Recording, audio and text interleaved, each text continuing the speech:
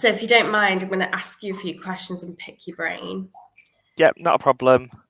So just quickly, just a little overview about sort of what drew you into working in internal comms, because I know it wasn't always such a important discipline within businesses as it is now. So just a little bit of background, if that's okay. Yeah, sure. So comms journey didn't start like most people or practitioners in the world of internal comms. So I started with a really strong retail management background. So rather than go to university, I was on the Harrods management training program in London, Oh, wow. and completed the program in London. Loved the world of retail. Loved, all about the interactivity, the retail theatre element, etc. Mm-hmm. And then moved back up north and worked at Selfridges.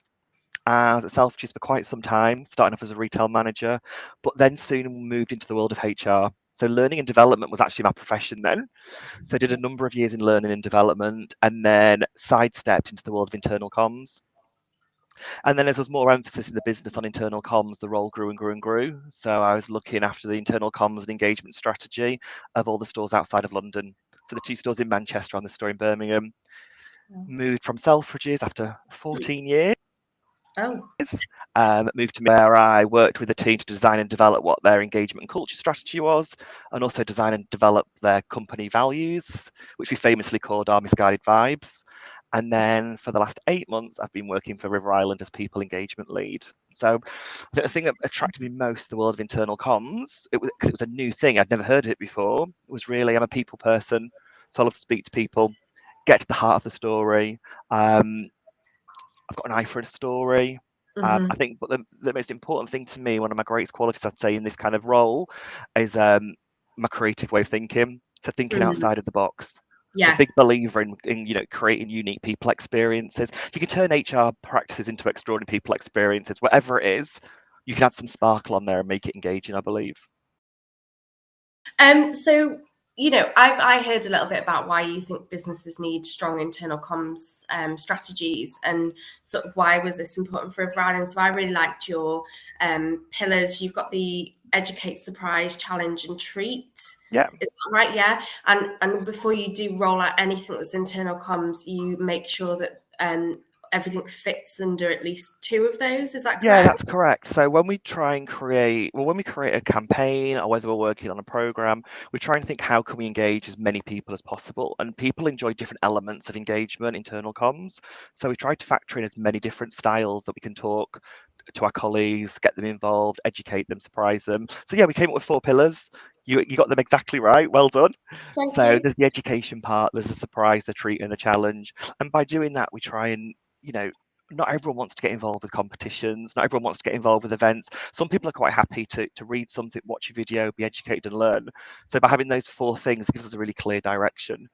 Yeah. And that really helps our strategy. I think internal comms is really important for business strategy because it helps bring that business strategy off the PowerPoint presentation and into the hearts and minds of the colleagues and the Yeah. people of the business. So I think we have a really fundamental part to play in that. I would say don't underestimate the art of simplicity. Now, making something simple is often quite complicated, but Yeah. really, really keep it simple. I mean, I've worked on projects in previous organizations where you've tried to roll out a new policy or a procedure or a benefit, and it's just got so complicated. You really just need to go back to the basics and use the model. What do you want people to know? What do you want people to feel from it? And what do you actually want people to do? There's nothing wrong with keeping things simple. I think, as we get different generations joining the business, there are different expectations, wants, and needs. I think businesses now have to, I think there's so much choice with regards to the world of work. People want to strong business ethics, morals that align with their own morals. They want to work where they know their opinion matters. They know they're listened Yeah. to. They know they've got a voice.